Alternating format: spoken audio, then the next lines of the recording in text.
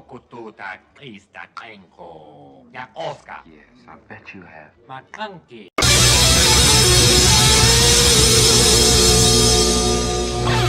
So after Mad Max Fury Road, I decided to convert a few other written reviews I'd done a long time ago into video format. However, in this case, I'm going to be trying something a little different and keeping it more audio based. And I hope that you guys enjoy this and it'll make it more interactive perhaps in some ways. And you'll get to see a lot more clips from the movie because of this. So here we go. What is it about Star Wars that even 42 years later people still celebrate it? As we approach the 40th anniversary of The Empire Strikes Back, I find myself wondering why I haven't done these in video form yet. And so here we are. It's amazing how to this day it remains so ingrained in our pop culture. And for good reason. Star Wars inspired a whole new generation of filmmakers and artists to enter their fields. And the movie which started it still remains a work of cinematic art. And we're here to talk about that today. Star Wars, now known as Star Wars Episode 4 A New Hope, is the first, now fourth movie in the Star Wars saga, and takes place 19 years after the events of the last prequel movie, Episode 3 Revenge of the Sith, where we find the Empire under the command of Darth Vader, played by David Prowse and voiced by James Earl Jones, and the Rebel forces, led by Princess Leia Organa, played by Carrie Fisher, trying to fight back. In a desperate move, the rebels have stolen the plans for the Empire's ultimate weapon, the Death Star, and Leia has placed them in the memory systems of a droid named R2-D2, played by Kenny Baker, who along with C-3PO, played by Anthony Daniels, travel to a nearby planet called Tatooine to find Obi-Wan Kenobi, an aged Jedi Knight, played by Alec Guinness, but end up being sold by Jawas to Luke Skywalker, played by Mark Hamill. When they do find Obi-Wan, however, they realize the plans must be delivered to the rebel base in order to stop this space station from destroying any planets, and save Leia in the process, who's been captured by Vader, with the help of Han Solo, played by Harrison Ford, and Chewbacca, played by Peter Mayhew, who collectively pilot the Millennium Falcon. It rarely happens that a movie gets everything surprisingly right. This movie is a landmark when it comes to visual effects. 9 years before the release of this movie, we had 2001 A Space Odyssey, which is regarded by many to be Stanley Kubrick's masterpiece, and had spectacular visual effects. That landmark was superseded by this. The effects in this are outstanding, starting with the iconic opening shot of Tantive 4 being chased by a Star Destroyer, which is one of the best opening shots in cinema and still holds up remarkably well when compared to newer movies. Much of Star Wars also contains practical effects, and they also hold up just as well. A trend that has carried forwarded into the recent films as well, particularly the sequel trilogy, which I appreciate. The other thing this movie gets right is honestly the dialogue. Yes, you can make some jokes about how Luke is a bit whiny talking about But I was going into Toshi Station to pick up some power converters.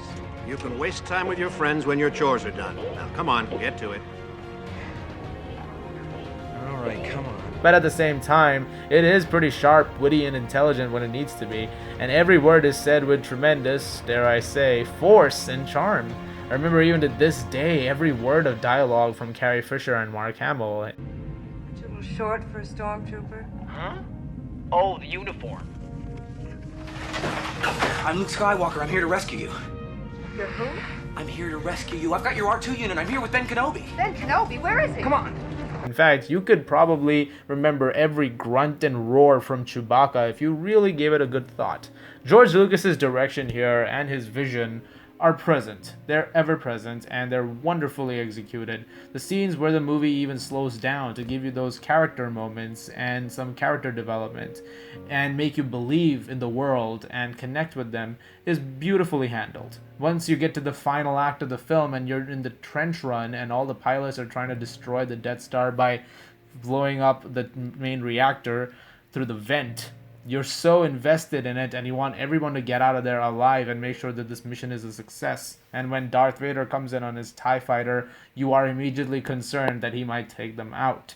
John Williams' iconic score, I mean, how can I not talk about this? It's just absolutely iconic and unforgettable. The Binary Sunset theme, which has now essentially become one of the biggest themes of the entire saga, is wonderful, is absolutely magnificent, and one of the most recognizable themes now in Hollywood. And I cannot talk about this score without mentioning Cantina Band, because there is a time where if you were a geeky kid of any kind, you danced to this. You don't have to say you did. Everybody knows at one point in time you probably did. And Mark Hamill does a really great job as Luke Skywalker, a character who becomes iconic later And yes, at first, he starts off at a simpler base, so yeah, maybe he's not the best character in this one, but he has a lot of memorable moments to offer. And Carrie Fisher and Harrison Ford are both terrific in this movie. They're both unforgettable characters, and Carrie Fisher, honestly, rest in peace. Every time I watch this movie, I can't help but be reminded that what a sad loss we've had with her. And of course, Sir Alec Guinness, who is so good as Obi-Wan Kenobi in this movie. There were points where there has been reports that he was a little on and off on set because sometimes they'd be not taking it very seriously. But he did such a wonderful job, and he rightfully got an Oscar nomination for this movie. But of course, we have to talk about Darth Vader as well, because Jones's voice for this character is so menacing and fits the character so well. And even in moments where Dave Prowse is in the suit and he is grabbing one of the rebels by the throat and choking him, and then you have Jones yelling, Commander, tear this ship apart until you found those plans and bring me the passengers. I want them alive. That's just wonderfully encapsulated this character and made him so iconic and made him so unforgettable and made us want to keep going back to this character. It's absolutely brilliant how they've handled it. I could go on and on about New Hope and some of the more iconic scenes it has. I could talk to you on end about the Death Star rescue scene, Obi-Wan and Vader fighting. That's great, kid, don't get cocky.